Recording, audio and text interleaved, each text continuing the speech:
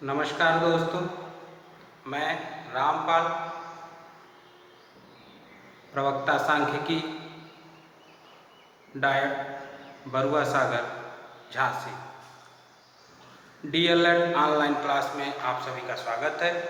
आज हम लोग सर्वांग समता एवं समरूपता के बारे में विस्तृत अध्ययन करेंगे। सर्वांग समता, जैसा कि नाम से ही स्पष्ट हो रहा है, सर्वांग समता और समरूपता दोनों लगभग समान होते हैं, लेकिन दोनों में बेसिक अंतर है। सर्वांग समता, सबसे पहले हम लोग सर्वांग समता के बारे में देखेंगे। सर्वांग समता क्या है?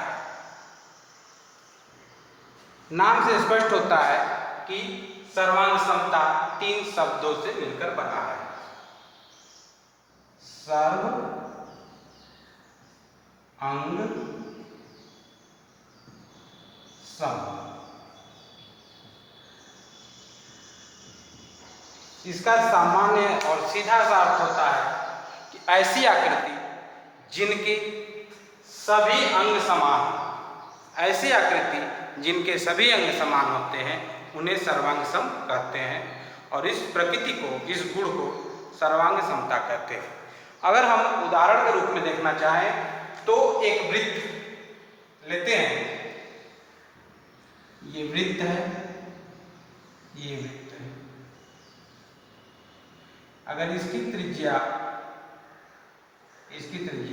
ये 3 cm है और ये 3 cm है, तो ये दोनों वृत्त सर्वांग सम है। एक दूसरे शब्दों में कहा जा सकता है कि इस आकृति को या एक आकृति को दूसरे के ऊपर रखने पर पहली आकृति दूसरे को पूरी ढक ले, या दूसरी आकृति पहली आकृति को पूरी ढक ले, तो ऐसी आकृति सर्वांग सम आकृति कहलाती है और इस गुण को सर्वांग सम कहते हैं। अगर इसको आयत के रूप में हम देखना चाहते हैं तो ये आयत,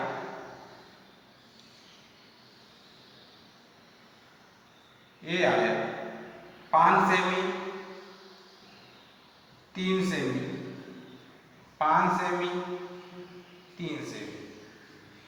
इस आयत या इन दोनों आयत की लंबाई 5 सेमी है और चौड़ाई 3 सेमी है, अतः ये पहली आकृति दूसरी आकृति के सर्वांग सम है।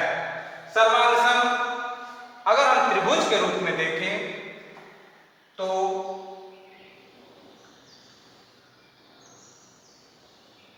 त्रिभुज ABC,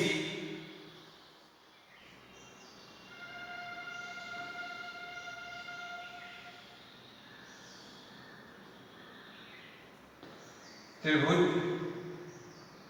XYZ, इन दोनों त्रिभुजों को देखें तो ये दोनों त्रिभुज यदि AB बराबर XY,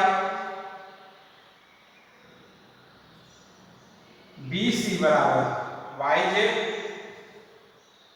और CA बराबर YX, कोण A बराबर कोण X, कोण B बराबर कोण Y, कोण C बराबर कोण Z। अगर ऐसी स्थिति आती है तो ये दोनों त्रिभुज सर्वांग सम त्रिभुज कहलाते हैं, यानी इनकी भुजाएं आपस में बराबर है, इनके संगत कोण आपस में बराबर होते हैं। सर्वांग सम होने की कुछ कंडीशन है जिनको हम देखते हैं। सर्वांग सम होने के कंडीशन, पहला है SAS,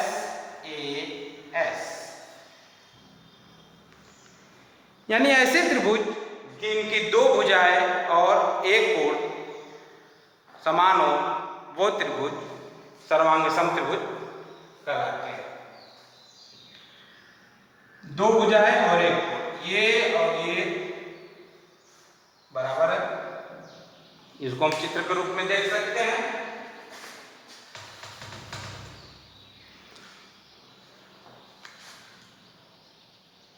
पहली स्थिति। दूसरी स्थिति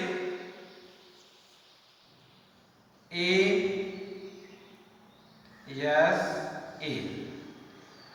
यानी दोनों, दो भुजाएं और एक कोण। तीसरी स्थिति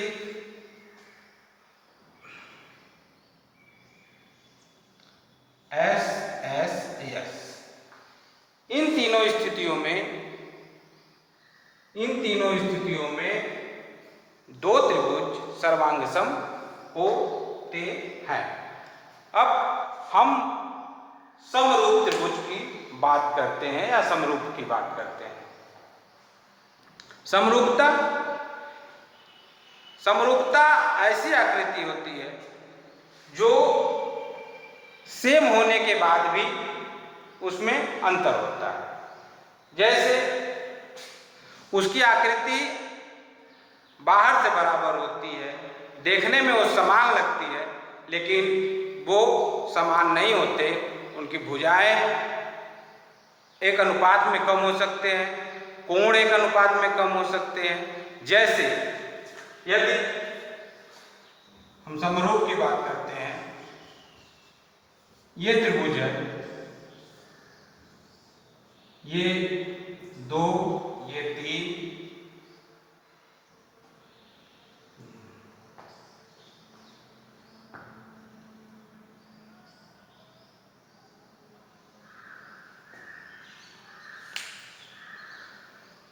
और ये 5, यही समकोण।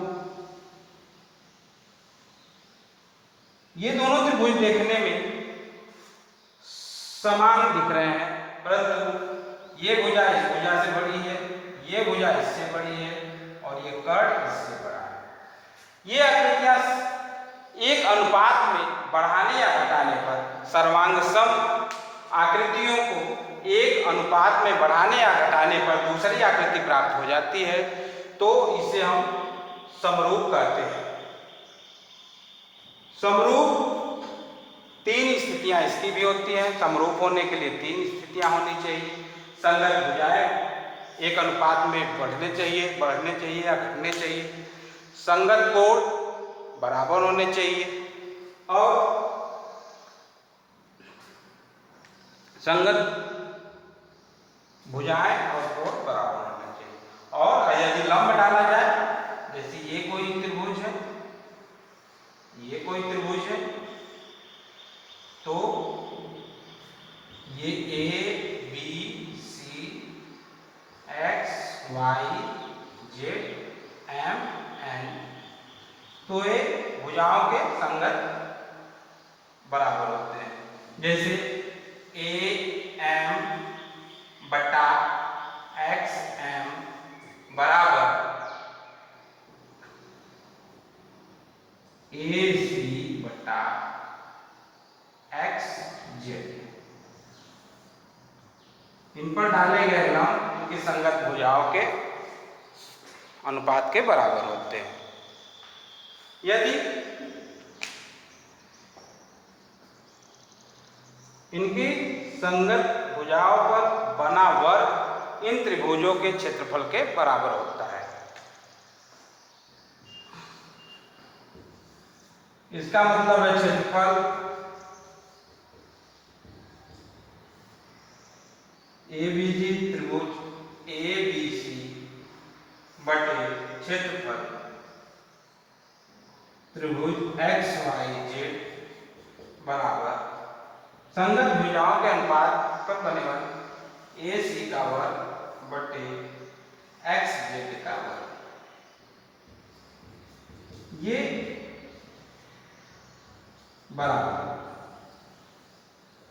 इस प्रकार से हम देखते हैं कि समरूप त्रिभुज बाहर से समान होते हैं, देखने में एकदम सेम लगते हैं, परंतु इनकी भुजाएं एक आनुपातिक रूप में बढ़ने पर दूसरी आकृति प्राप्त होती है या घटने पर पहली आकृति प्राप्त होती है।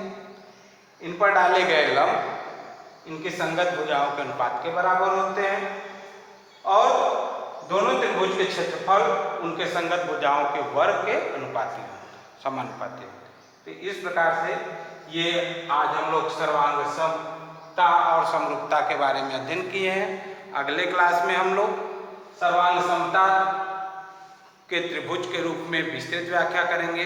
तब तक के लिए आप बहुत बहुत धन्यवाद। Thank you.